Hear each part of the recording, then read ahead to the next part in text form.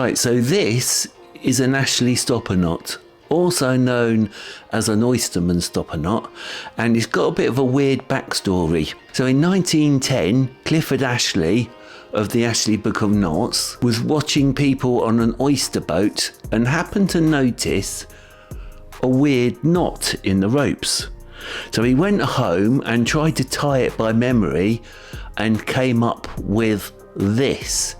What he actually saw was a figure of 8 knot that had basically got swollen and misshapen in the water. And the thing is, this is a normal figure of 8 knot, but the knot he came up with is actually a lot better. And so this little accident ended up as number 526 in the Ashley Book of Knots. So how do you tie it? Well, it's quite easy. You get a piece of rope, or in this case paracord. You bring it down like this, and you want to make sure that one loop is bigger than the other.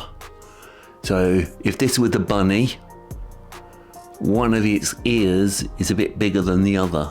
Okay, and what you do, you get that ear, get that loop, poke it through there like that and pull it down a bit.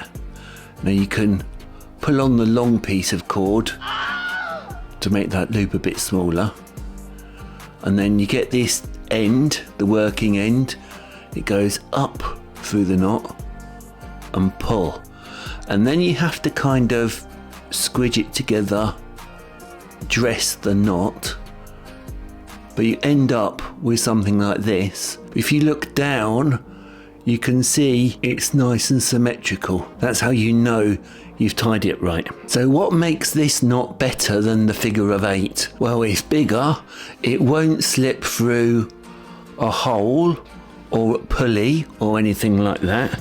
You can use it on boats, but it's also good for camping, climbing, anything where you don't want a rope to go through something.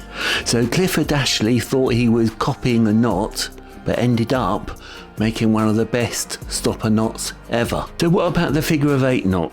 Why do climbers swear by it? Why is it better than the overhand knot? And how do you tie it? Well, if you subscribe and hit that bell notification, I'll let you know in the next one.